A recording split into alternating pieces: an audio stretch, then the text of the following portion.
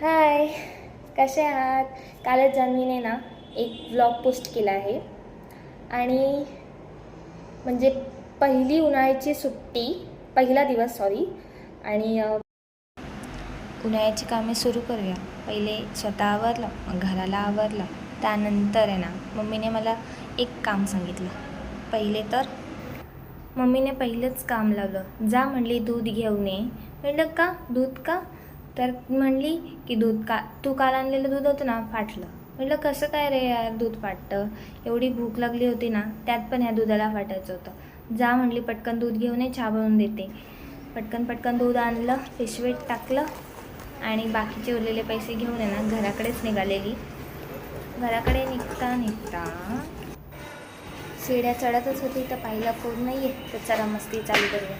मस्ती करता करता फोनच पडला असता, त्यात पटकन पकडला. गरम गरम पोहे दिले आणि मग काय मस्तपैकी लिंबू पिला आणि सुरू झाली. थोडं बाहेर काम होतं ना, तर बाहेर जायचं. बघितलं हे पेरूचं झाड आहे. इथे मी नेहमी येते, मला कळलंच नाही इथे पेरूचं झाड आहे. तर कालच त्या दादाने ना इथले सगळे पेरू तोडून नेले. आता उरले होते ते कच्चे होते. म्हणलं आता हे काय पिकेल ना, तर मी हेच तोडून नेईन आणि नक्की तुम्हाला दाखवेन. तर घरी आली, मम्मीने लगेच आहे ना कामाला लावलं. म्हटली बस माझ्यासोबत ना गहू निवडता थोड्याशा गप्पा केल्या त्याच्याशी आणि काय फटाफट गहू निवडून झालं. त्यात आजीने ना मला एकदम भारी ट्रिक शिकवलेली गव्हाची, बरं का. अशी ते पाकडायचं माहिती का, सुपामध्ये कसं पाकडायचं तसं. तर मी तुम्हाला दाखवते, 1 मिनिट. हे गहू तर निवडू दे पहिले. पण काय चळ करून असे पाकडले आणि त्यात काय बाबा